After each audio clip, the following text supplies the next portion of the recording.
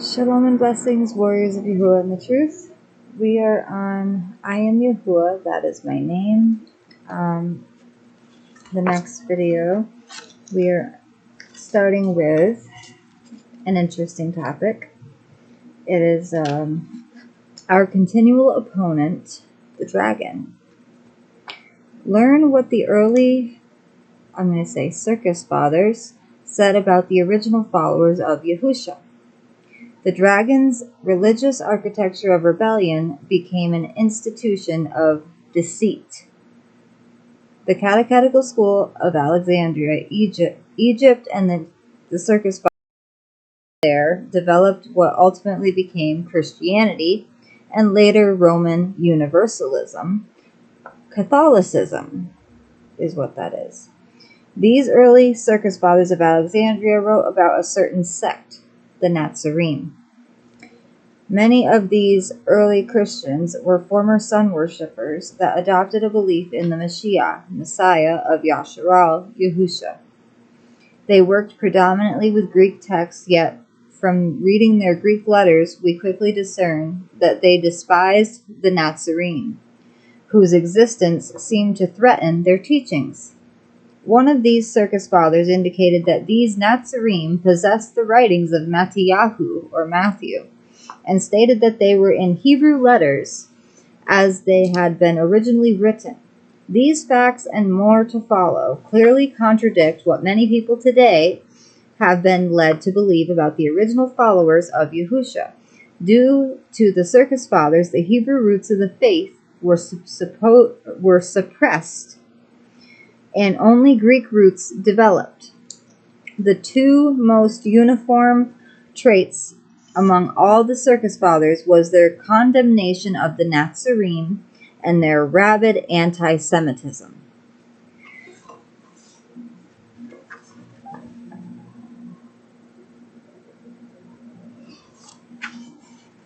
Origen of Alexandria taught at the Catechetical School of Alexandria. He succeeded Clement as head of the school. Self-castrated and a vegetarian like Clement, Origen lived from 185 to 254 CE. Tertullian and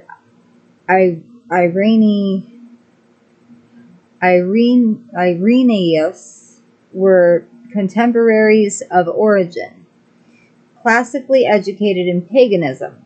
Much error was adopted. Modern seminaries, seed plots, promote the teachings of the circus fathers, the Greek and Egyptian men that sought to eliminate the former Nazarene. The Nazarene were spoken against by those in authority in the days of Shaul or Paul. And we think it right to hear from you what you think, for indeed concerning this sect, we know that it is spoken against everywhere. Acts 28:22. The sect, the Nazarene, was suppressed by the early circus fathers and by the developing hierarchy of the earliest formal school of Christianity. The next section is the Catechetical School of Alexandria. This school at Alexandria was founded in 190 CE by headmaster Pantaenus of Alexandria and funded by the Fiscus Judaicus. Jewish tax started by Vespasian in 70 CE.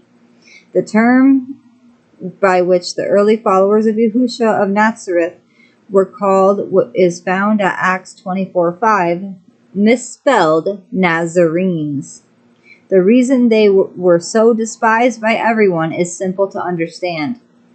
This entire planet is under the influence of a supremely dark force that has been in charge over mankind for the last 6,000 plus years, since Adam and Yahuah lost sovereignty over Earth. This dark force is called the dragon. I apologize, I had to pause for a second. Okay.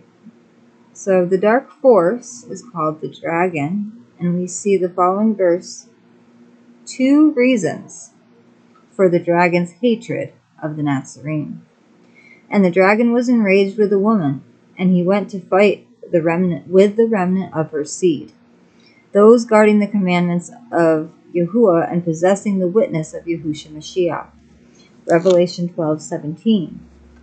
The dragon is enraged at the woman Yasharal and fights against a remnant of her seed, offspring of those who obey the covenant, who guard the covenant and possess belief in Yahushua. Obeying the commandments and possessing the witness of Yahushua are not what the circus fathers did, and they weren't going to stand for anyone else doing so either.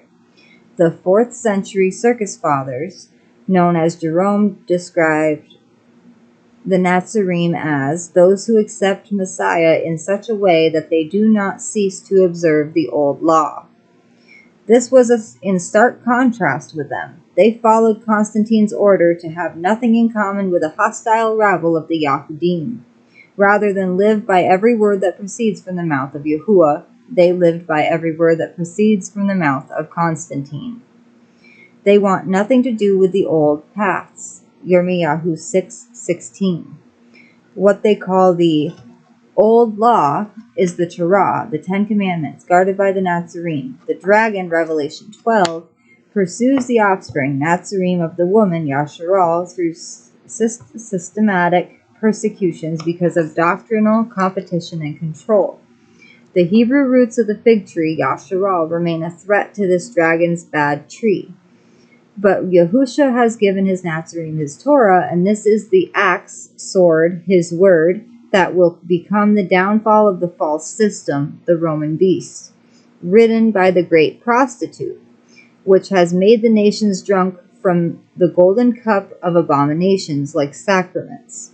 She is the teaching authority, Greek didascalia, Latin magisterium, controls all beliefs. Yahusha's cousin, Yehuchanan, said, "And even now the axe is laid to the root of the trees. Therefore every tree that does not bear good fruit is cut down and thrown into the fire." Luke 3:9. Worldwide, there are about 1 billion people living, producing bad fruit. According to the doctrinal errors, a bad tree of a few men called the Circus Fathers, or CHURCH Fathers. These men molded the patterns of early Christianity and in their own words declare they were not Nazarene, but rather suppressed the Nazarene as heretics and accused them of perversion for obeying the commandments. These Circus Fathers were men who failed to adopt the covenant, but instead pursued control over doctrines as they interpreted them. Some castrated themselves, and others became monks, took vows of poverty, celibacy, silence, and condemned the Nazarene for holding to the Torah while professing belief in Yahushua. Celibacy is a Hindu thing. Mixed teachings are the leaven that's filled the whole earth, the whole lump of dough. Those whose thinking has been affected by the false doctrines of these early apostates view the Nazarene today as heretics also. And it is the same spirit of error that possesses the Circus Fathers that is at the root of the bad tree producing bad fruit. The good fruit is the obedience of the set-apart ones, because obeying the covenant produces love, joy, peace, patience, kindness, goodness, faithfulness, gentleness, and self-control. This tree will not be cut down by the reapers. The tree that is against the covenant, lawless, will be eliminated and be left with neither root nor branch, offspring. Our condemnation will be derived from our own words. Let's examine what the early Circus Fathers had to say concerning the Nazarene. Irenaeus was a mid-2nd century Circus Father. This man up here. Mid-2nd century Circus Father, and had the least errors of all. But the few errors he made were magnified by others after him. He held that the bishops provided the only safe guide to interpretation of Scripture, laying a pathway, toward papal primacy. Also, in his battle against Gnosticism and in the interest of unity, doctrinal authority had to be solely established by episcopal councils. Episcopal means governed by bishops. That's the only one they had. What's the difference? It's the same as Autoliner. It's the same color too, so it'll be the same. Okay, it's okay. Okay. Episcopal means governed by bishops. So we can see that these ideas laid a foundation for later Nicolaitans and a hierarchical chain of command, culminating in the fascism known as the Roman Catholic CHURCH. Catholic means universal in Latin. So Irenaeus' vision for unity of doctrine became a reality. If only the doctrines mandated had been based on the Torah of Yahuah, rather than men's lust for power. Without Torah, things reverted toward paganism.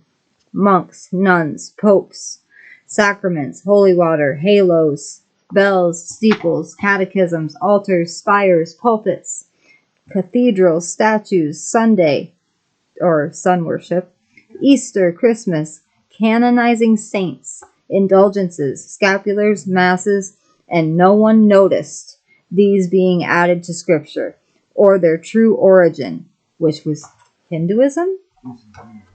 This arm's not, but this arm's really bad. Look. It makes no sense. I don't know. Blisters. Look at it. Blisters. Yeah. And whatever is concealed shall be revealed, and whatever is hidden shall be known. Luke 12:2. Next time we will be studying institutionalization of Christianity, a state-imposed religion. We revise the paganism and do it anyway. And I think that's all we'll have time for in the next lesson. Yeah, that one's a little bit longer. Okay, so I hope you guys enjoyed the lesson today, and now is my favorite part. It's time to praise Yahuah. I'm just not going to use an instrument because there's people here and I don't want to be too loud. I'm sorry. It's okay, babe. I know the thing. I apologize. Yeah, they have bingo now on Wednesdays. I think this is Yahuah's doing because they were kind of going against Yahuah's Torah by having bingo, a gambling game on Friday nights, and it was after sunset, so they were doing it during the Shabbat. But now it's changed to Wednesdays, so praise Yahuah for that. Okay. Awesome Yah. Our Yah is an awesome Yah. He reigns from Shamayim above with wisdom, power, and love. Our Yah is an awesome Yah. He brings rain to a dry land. Our Yah is an awesome Yah. He springs Mayim in a desert land. He writes his name for all to see. Our Yah is almighty. He came to redeem us, and on one day he'll return to separate the wheat from the tares.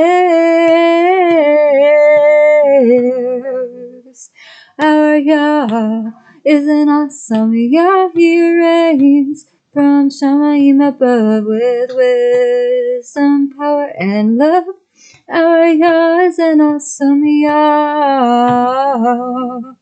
He shows us what he wants us to see through the tempest, through the whirlwind. He gives us prophecy through our dreams. He is life giver. He made everything on earth and in the Shamayim.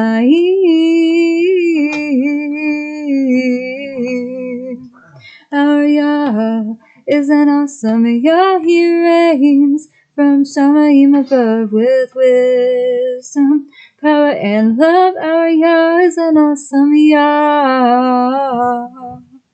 Hallelujah.